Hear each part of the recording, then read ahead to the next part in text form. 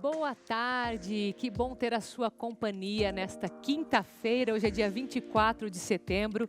Eu, Carol Tormena, estou ao vivo para todo o Brasil, direto de Curitiba, aqui na rede Evangelizar de televisão.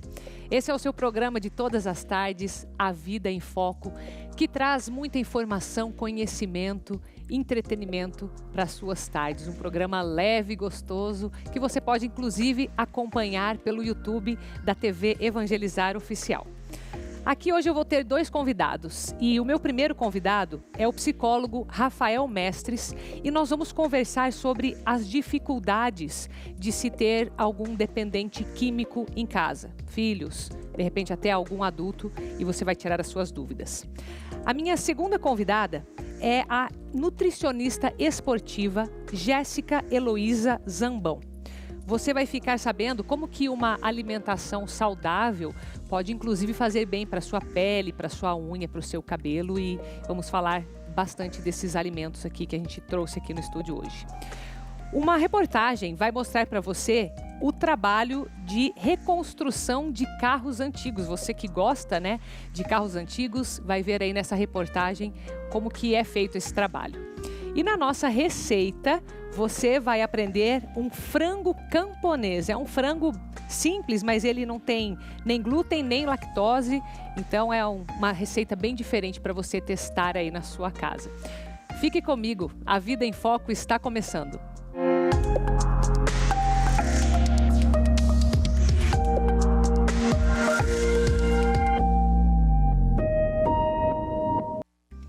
Eu vou começar agora o programa conversando com o psicólogo Rafael Mestres. Ele tem mestrado em dependência química e pela Universidade del Salvador, em Buenos Aires. E nós vamos falar sobre um problema que aflige muitas famílias, infelizmente, né? Que é a questão da dependência química, principalmente dos filhos, né? Seja bem-vindo, Rafael, tudo bem? Obrigado, Carol, tudo bem. Que tema delicado, mas é importante da gente conversar, não? Como que você lida com esse tipo de dependência quando, no primeiro estágio ali, quando a família descobriu que existe um dependente químico em casa? Eu trabalho com terapia familiar, né, em dependência química. Então, o maior público que eu atendo são os familiares, normalmente os pais, principalmente, que descobrem que o filho está usando droga. Eu vejo que os pais, nesse primeiro momento, eles se sentem muito... primeiro aquele desespero, né? Que cai o chão e, meu Deus, não é que a gente errou, o que aconteceu, o que a gente faz agora? Daí todo mundo tem um palpite para dar sobre o tema, né? Interna, toca de casa, espera que passa. E todo mundo dá um palpite e fica uma confusão danada nesse primeiro momento, assim, que a família descobre isso. A minha abordagem com a família num primeiro momento é de... Eu sempre divido o processo da família em dois momentos, né? Primeiro, a família precisa de entendimento. Tá. Então, a família precisa aprender sobre o problema. Precisa aprender como que funciona a dependência, entender um pouquinho qual que é a gravidade da situação, o papel da família, dos pais no tratamento e como resolver aquilo ali. Para depois que eles entenderem aquilo, eles, se não derem conta de poder resolver ou lidar com a situação, eles precisam de atendimento. Tá. Então, primeiro é entendimento, depois atendimento, que daí é a parte da terapia. Então, num primeiro momento, eu vejo que muitos pais, principalmente no início, quando eles compreendem o problema, eles já têm muito poder para fazer alguma coisa no sentido de uma solução. Nossa, que interessante. E então, nem sempre a solução é um internamento. Isso vai depender da situação. Como que funciona isso? Não, internamento, assim, sempre... dá para dizer quase que a última opção, Tá. quando se mostra necessário. Tá? E o principal, internamento involuntário, então, é só em situações extremas, né, que a pessoa se colocando em risco ou colocando em risco alguém. E o internamento em si, normalmente, é uma construção que a família vai fazendo junto com o paciente. Qual a construção em que sentido, né? Quando chega na conclusão de que ele não dá conta de ficar sem usar com todos os recursos ambulatoriais, que a gente chama, que está fora de uma clínica, fala, chega a uma conclusão que não dá, tem tudo que precisa para dar o suporte para ele, não está dando conta. Né? E aí é construído com ele a ideia de ele aceitar ir para uma clínica para fazer um tratamento, né, regime de internamento num primeiro momento daí. Tá. E nessa primeira fase ali que você mencionou, que é o entendimento, né, principalmente da família, o que é que eles precisam entender nesse momento para poder ajudá-los, para saber o que fazer, enfim? Acho que a primeira coisa é o que envolve o tratamento, tá? Então, saber que é uma doença, É uma que doença. Precisa de tratamento, tá? Não vai resolver com sermão, com argumentação, com convencimento, com lição de moral, nem com surra, nem enfim. Precisa de tratamento, tá?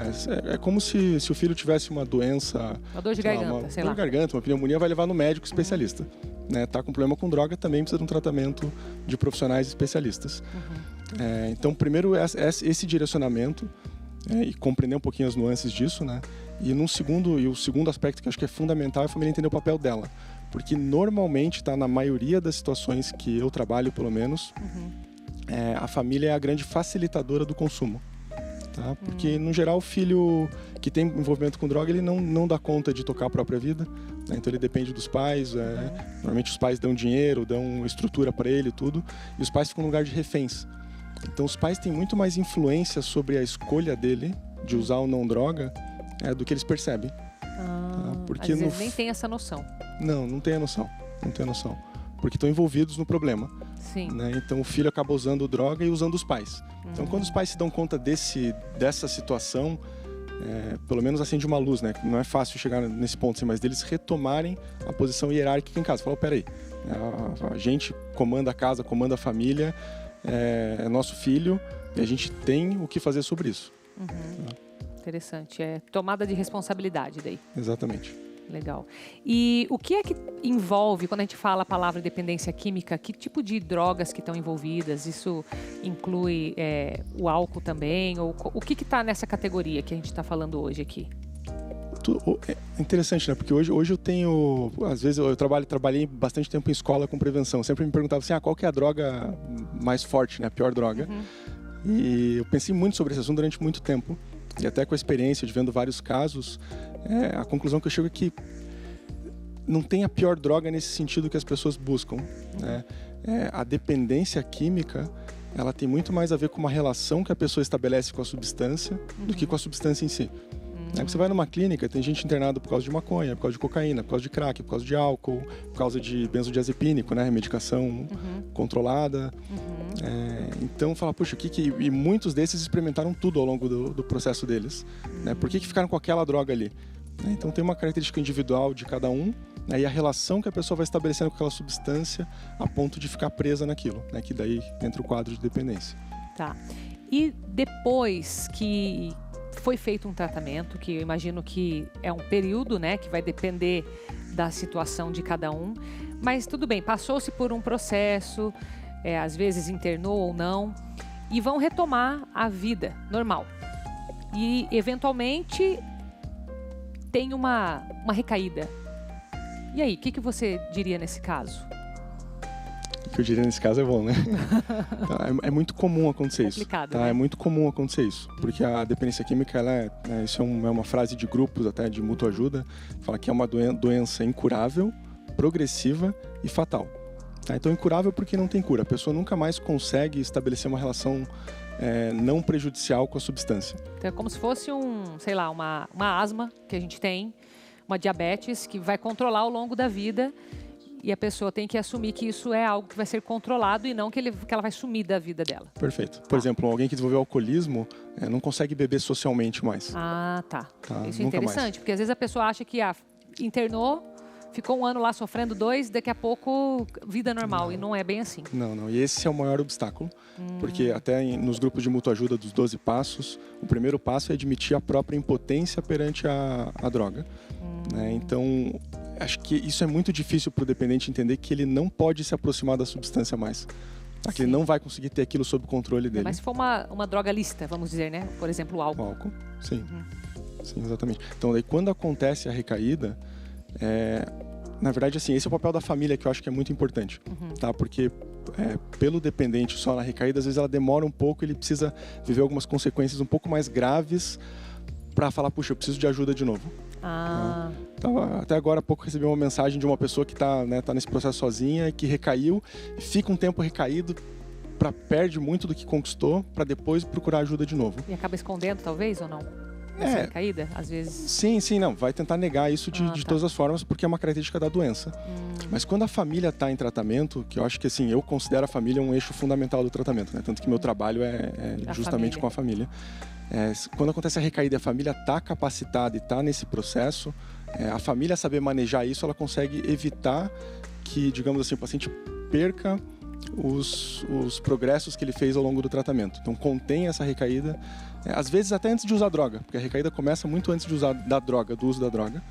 É interessante isso, né? Porque o uso da droga até nos grupos de narcóticos anônimos fala cereja do bolo, né? Porque vem todo um processo anterior de retomada de padrões de sentimento, de pensamento, de comportamento que estavam característicos da época do consumo. Então ele vai tendo esse retorno e isso acaba no uso de droga.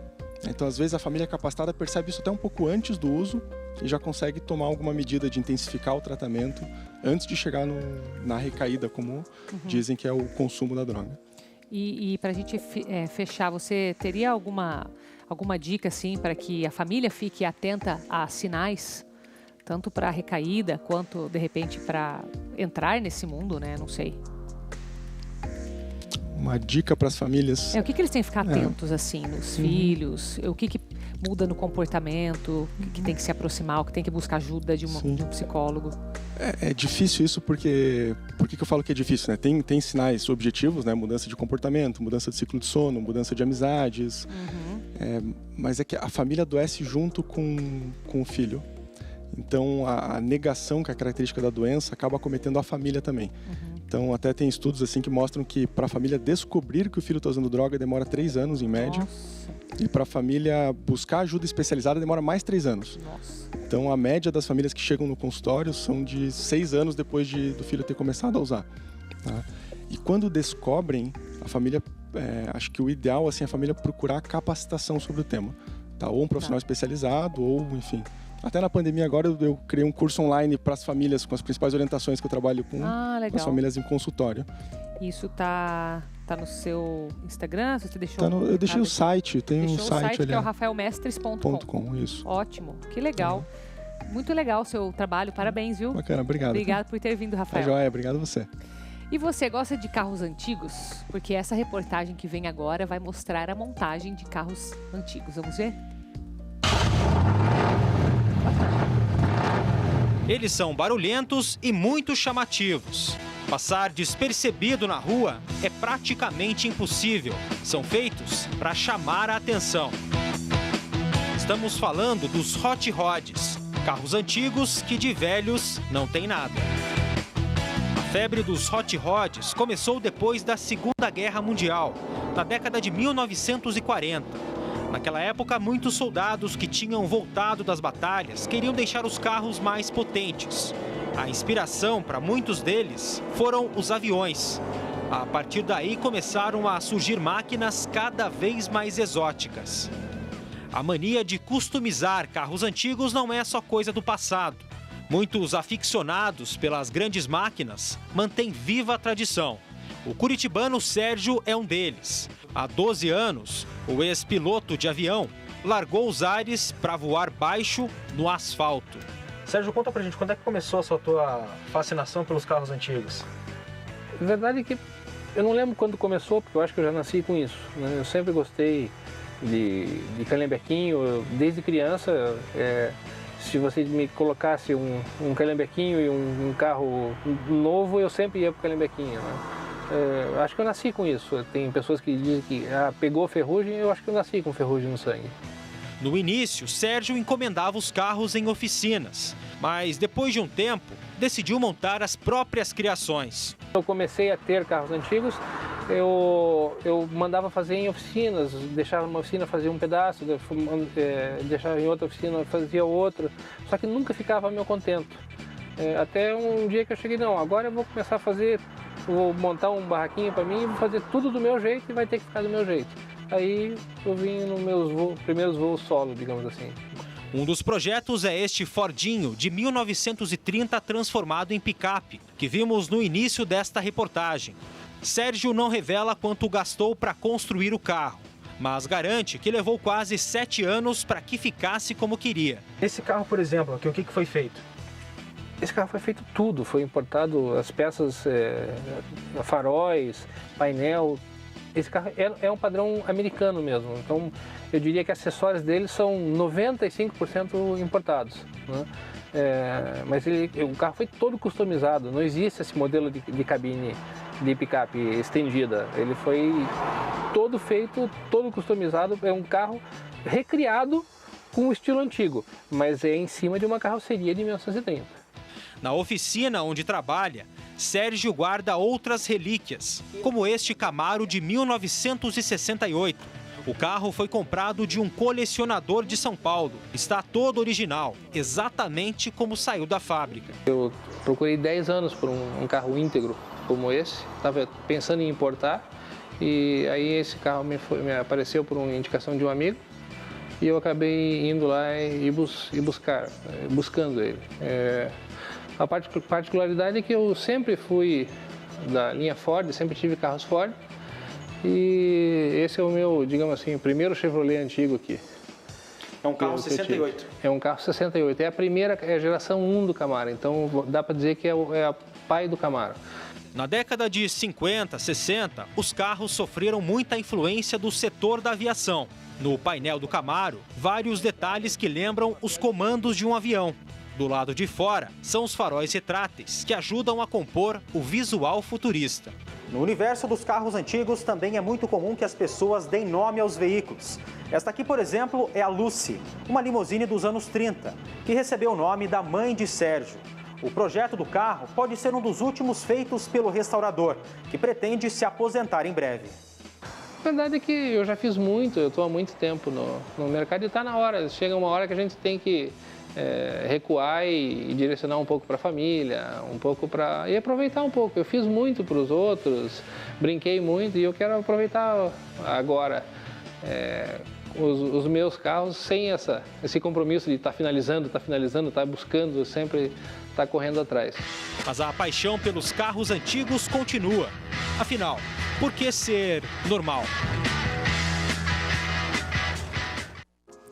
Às vezes carro não é sua praia, mas olha, eu vi que os meninos aqui não tiraram o olho da tela. Então, é uma oportunidade, às vezes, para você se reconectar seu filho, ao marido. Porque lembra que a gente estava falando aqui, né, sobre drogas agora.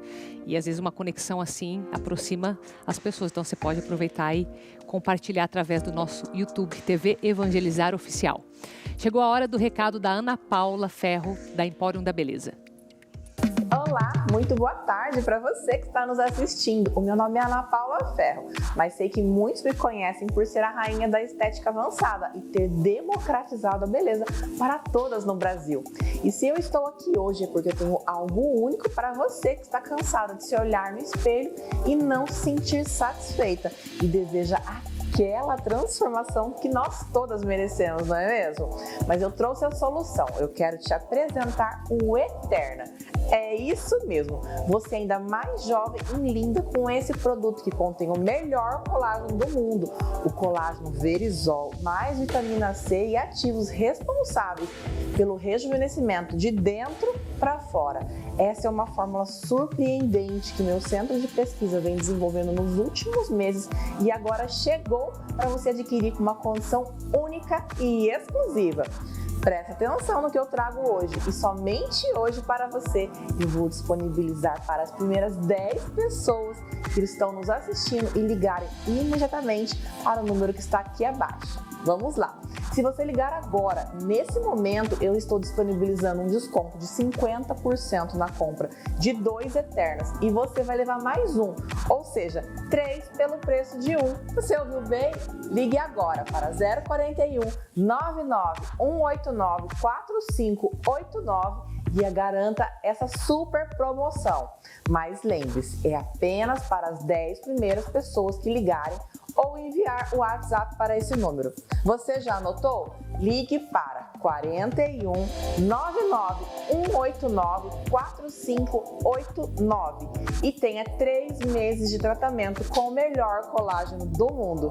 Rejuvenescer nunca foi tão fácil. A hora é agora! Depois do intervalo, nós vamos falar sobre alimentação. Eu já estou aqui no estúdio com a nutricionista esportiva Jéssica Zambão e ela vai nos dar as dicas de como se alimentar bem para ter mais saúde dos cabelos, das unhas, enfim. Então volte comigo, tem ainda a nossa receita do frango sem lactose e sem glúten, o frango camponês. Então, toma uma água rapidinho e volte comigo.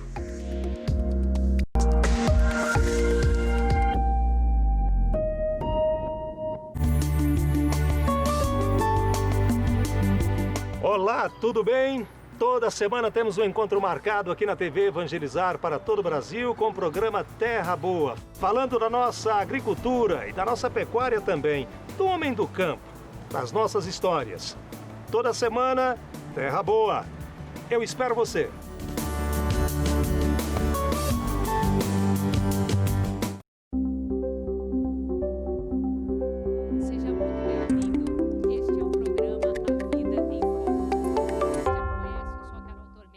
Já pensou em cuidar da sua saúde, das dores e sem precisar tomar tantos remédios?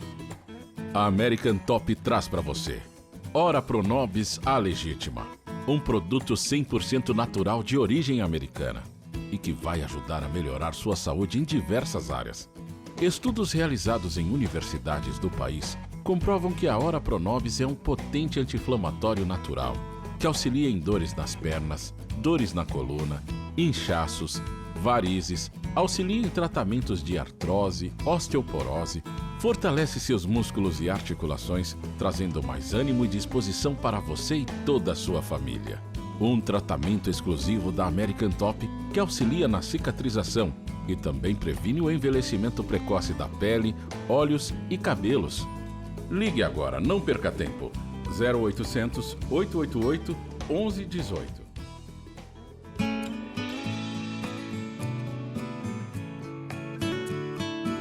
Muitas dores musculares, dores nas costas, dores nas pernas, dores nas juntas. Atrapalha muito quando vou fazer o serviço de casa, passar um pano na casa, torcer um pano.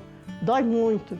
Tomando Ora Pro Nobis tem me aliviado muito. Estou tomando ele há 3 meses e tem feito muito bem. Tenho sentido muito alívio nas pernas, muitos alívios de dores nas costas.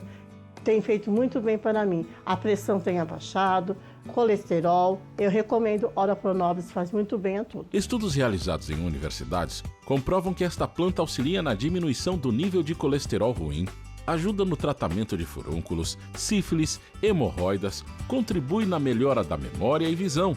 A Ora Pro Nobis tem mais vitamina C do que a laranja, contribuindo assim para o aumento da imunidade, deixando você longe de resfriados e gripes. Ora Pro Nobis A Legítima da American Top, transformando sua vida. No Armarinhos Nodari você encontra toda a linha de tricô, crochê, sacarias, caixas de MDF, tintas e tudo para seus trabalhos manuais ficarem incríveis. São 2 lojas em Curitiba, na José Loureiro, pertinho da Carlos Gomes, e na Westfalen, quase a esquina com André de Barros. Armarinhos Nodari, há 20 anos no coração da cidade.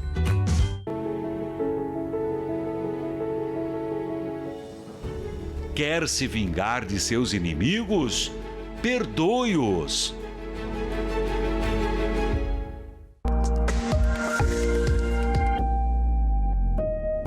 De volta com o programa A Vida em Foco desta quinta-feira, ao vivo para todo o Brasil, comigo, Carol Tormena, o seu programa de todas as tardes aqui da Rede Evangelizar de televisão.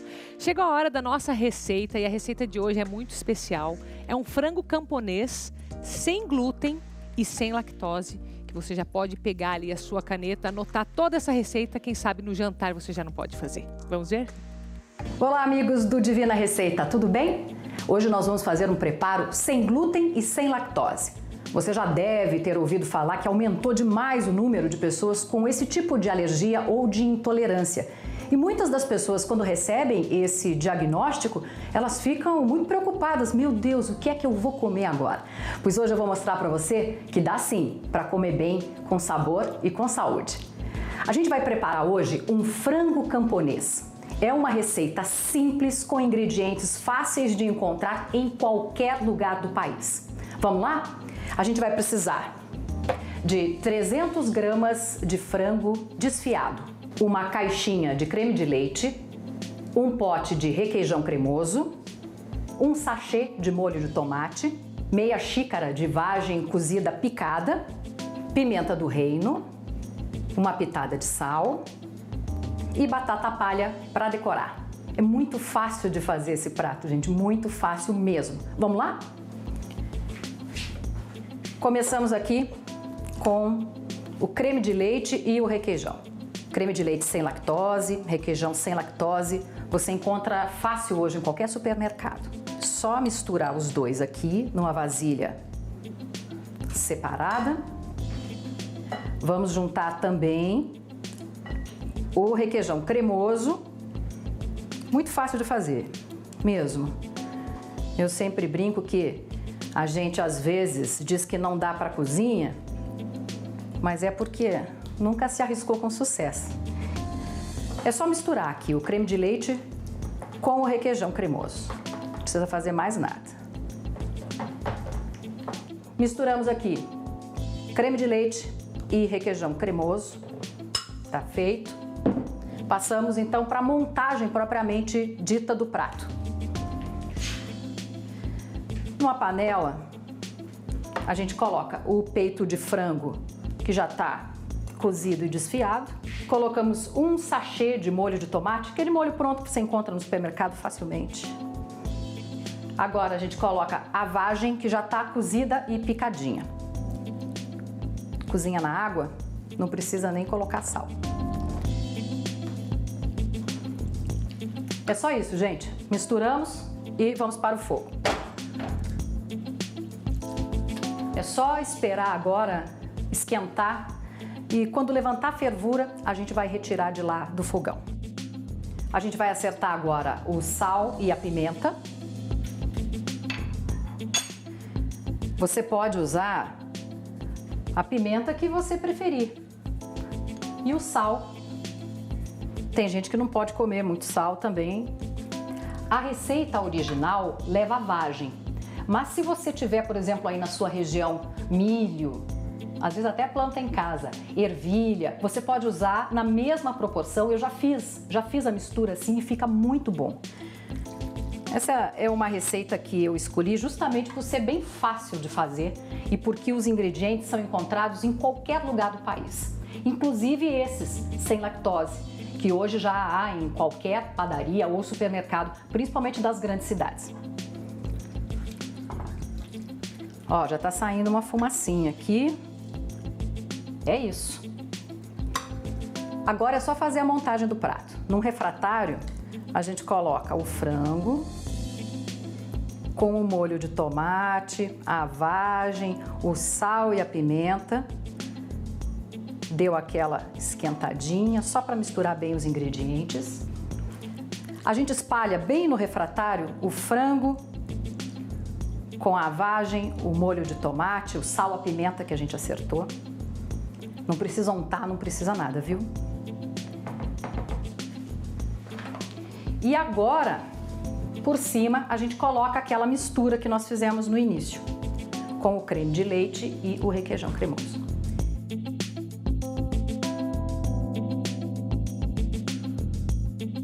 Agora que a gente já arrumou aqui no prato, é só levar para o forno. Deixa o forno pré-aquecido, forno alto, pré-aquecido, e você vai ver que o requeijão vai começar a levantar umas bolhas. Gratinou, tá pronto. Aí depende do seu fogão, se ele é mais forte ou não que o meu. Vamos lá?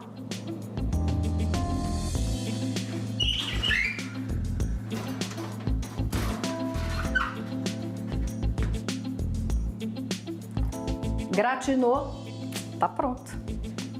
Depois que gratinou, tá pronto para servir. Esse aqui eu já havia preparado antes da gravação. Esse é o resultado final. Aquela batatinha palha que apareceu no começo do programa, você usa para decorar, finalizando o seu prato. Frango camponês, sem glúten e sem lactose. Fácil de fazer, muito bom de comer.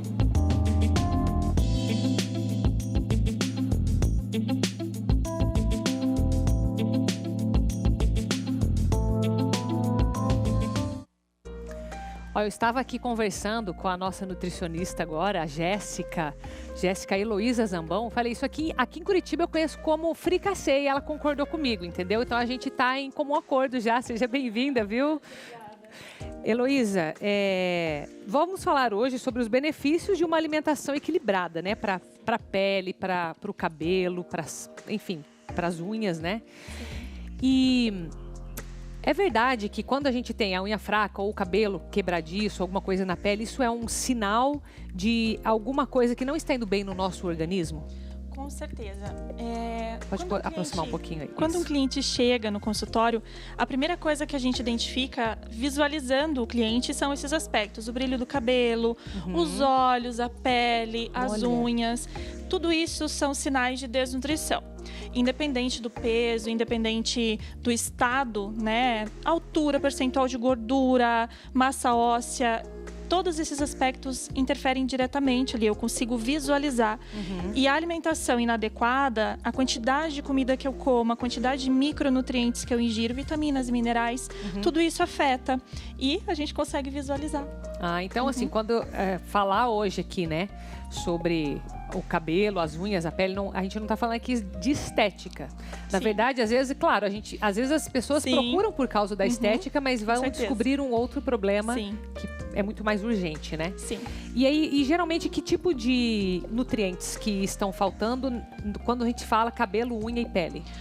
Basicamente, nas mulheres, minerais, né? Porque todos os meses, né? Se nós temos uma menstruação, um ciclo hormonal adequado, nós menstruamos e o ferro reduz. Então, esse é um dos primeiros sinais de que nós podemos desnutrir com mais facilidade. Junto do ferro, muitos outros minerais vão embora. Então, eu apostaria fortemente em reposição ou em uma alimentação rica em minerais. Ferro, zinco, magnésio, selênio. E aí, por fim, algumas vitaminas muito importantes, todas antioxidantes, né? Vitamina A, vitamina E, vitamina D, vitamina K, todas essas que estão aqui na mesa, inclusive. Então isso que a gente tem aqui já tem essas vitaminas que você está comentando. Sim, mais que uma, inclusive. Todos esses alimentos, eles utilizam essas vitaminas para se protegerem na natureza. E quando nós ingerimos esses alimentos, a gente também ingere esses protetores, esses antioxidantes. São os antioxidantes? Exatamente, são as vitaminas, elas são chamadas antioxidantes. E são elas que previnem o envelhecimento da pele, a melhora do viço da pele, né? Elas também ajudam na absorção de vitaminas mais importantes, como a vitamina D, que é um neuromodulador, né? Ela também é responsável pelo bronze, é responsável pela massa óssea. Então, ter uma alimentação rica em vitaminas e minerais provenientes de vegetais é uma maneira muito fácil e barata de se manter saudável, né? E esteticamente bem também. Com certeza. Agora, e com relação à quantidade? Vamos falar um pouco disso, porque às vezes a gente até consome lá fruta, aqui a gente tem soja, né? Isso é soja, feijão, lentilha, brócolis. Isso. São alimentos assim que a maioria dos brasileiros, a gente tem uma boa alimentação no Brasil, né? A gente tem acesso. Mas e com relação à quantidade, para que a gente... Aí eu não sei, né? Se a gente consegue suprir só com alimentação, se precisa de suplementação ou não. Sim, isso depende de caso a caso, né? A gente nunca pode descartar 100% da suplementação nutricional, seja ela de macro, micro, né? Vitaminas, minerais. Tudo depende de cada condição. Se tem um diabetes, uma pressão alta, mas... De via de regra, uma pessoa saudável consegue suprir todas as suas necessidades com vitaminas, minerais, a partir de uma alimentação rica em vegetais, frutas, proteínas de boa qualidade, que podem ser provenientes, né, de leguminosas ou de proteínas de origem animal. Aí a escolha como o fricassê, né? O frango camponês ali que a gente viu. É uma ótima fonte de proteína, assim como a soja, o feijão e a lentilha. Né? São leguminosas bem importantes para o nosso dia a dia. Aqui a gente tem algumas vitaminas que devem fazer parte todos os dias da nossa alimentação, independente dessa questão estética, né? E com relação à quantidade, é muito importante que a gente tenha pelo menos de 3 a 5 porções de frutas ao dia. Isso é o que preconiza o nosso guia alimentar. De 3 a 5, você quer dizer de 3, mas variando as frutas? Variando com certeza. Então de 3 a 5 frutas diferentes. Exatamente. E daí pode ser a fruta da época ou não, tem algumas... Não, fruta da época. Porque, por exemplo, aqui a gente tem, né? A banana tem potássio, tem zinco também, não? Tem. O que tem na banana? Porque a banana é uma coisa fácil de comer no Brasil, né, gente? E super boa, a banana super tem prática, tudo. Adoro. A banana tem um carboidrato de ótima qualidade. Inclusive, como o nosso foco na clínica é nutrição esportiva, nós utilizamos muito a suplementação da banana, a complementação da dieta, num pré, num pós-treino, numa recuperação muscular. A banana, por conta do tipo de carboidrato que ela tem, que é excelente para isso. Ele absorve muito rápido, ele beneficia muito quem faz musculação. Inclusive, gente, quem faz muita musculação, quem treina mais pesado, precisa de um aporte muito maior de vitaminas e minerais, né? Então vai comer mais quantidade muito também. Mais quantidade. É claro, nós vamos especificar em consultório, com a nutricionista, comigo ou com outra que a pessoa procurar, mas é bem importante que isso fique claro, né? O medo que hoje em dia com as dietas, de comer carboidratos, comer frutas por conta da frutose, não precisa. Se você pratica uma atividade física adequada, se a tua alimentação é baseada e balanceada nessas 3 a 5 porções ao dia de frutas, você tá super bem. Tá. E dá para consumir tranquilamente. Tá. O que tem de diferente aqui que varia de acordo com, sei lá, o tipo de fruta, né? Por exemplo, a goiaba, o que ela tem? As frutas são classificadas de várias maneiras. Hoje nós vamos usar talvez? Também. Hoje nós vamos usar a classificação de fontes de vitaminas. Algumas são fontes de umas, outras fontes de outras. Tá. Algumas têm alguns benefícios mais funcionais, que agem como, né, beta-carotenos mais intensos ali no nosso corpo. Algumas, como a cenoura, por exemplo, que não está aqui hoje, mas muito focada para o verão. As mulheres gostam muito por causa da vitamina A, por conta do bronze, né? Mas, aqui nesse momento, nós temos a goiaba, por exemplo, como fonte de vitamina C.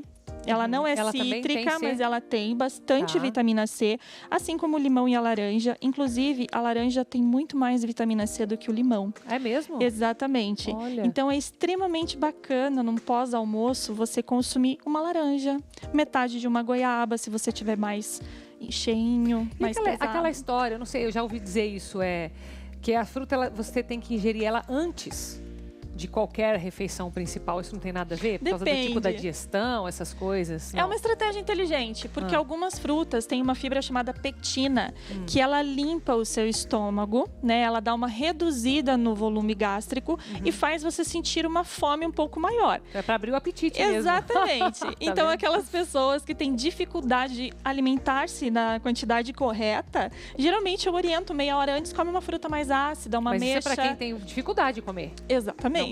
Não para quem tem facilidade, né? Aí, quem tem facilidade, come claro depois. Isso, né? Tá, interessante. Come depois. As frutas no pós-almoço é um horário muito legal de colocar. Tipo uma sobremesa, porque substitui o doce, né? Do açúcar. Exatamente. Mesmo. E um outro momento muito bacana é junto da comida. Eu amo comer com salada. Perfeito. Adoro. Nossa, ótimo. Adoro. Por exemplo, se a gente pegar essa manga aqui, picar a manga, misturar com alface, com uma rúcula, com tomate seco, eu tenho uma quantidade altíssima de antioxidantes, magnésio, zinco. Esses minerais, inclusive, são responsáveis, quando em déficit, pela vontade absurda que a gente tem de comer doce.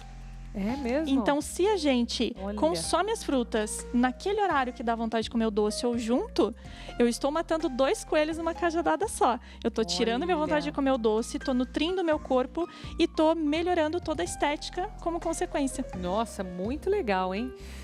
Jéssica, muito obrigada pela sua participação. Vou deixar aqui o seu contato no Instagram, que é o Top Fit CWB, né, de Curitiba. Ela que é nutricionista esportiva e trouxe várias dicas aqui pra gente hoje. Gostei, viu? Legal, né? Além de ser gostoso comer as frutas no meio da salada, já fiquei sabendo que é melhor ainda pra saúde. Sim, potencializa bem a absorção dos nutrientes. Muito legal. Obrigada, viu, pela tua presença aqui. Vamos dar tchau agora, né? Estamos no fim do programa, mas permaneça com a gente aqui na Rede Evangelizar de Televisão. Você sabe que a nossa programação é toda pensada para você, para tua família, o dia todo. Agora você vai ficar com Adriana Arides no programa Em Casa com Adriana Arides e também com a participação da irmã Zélia.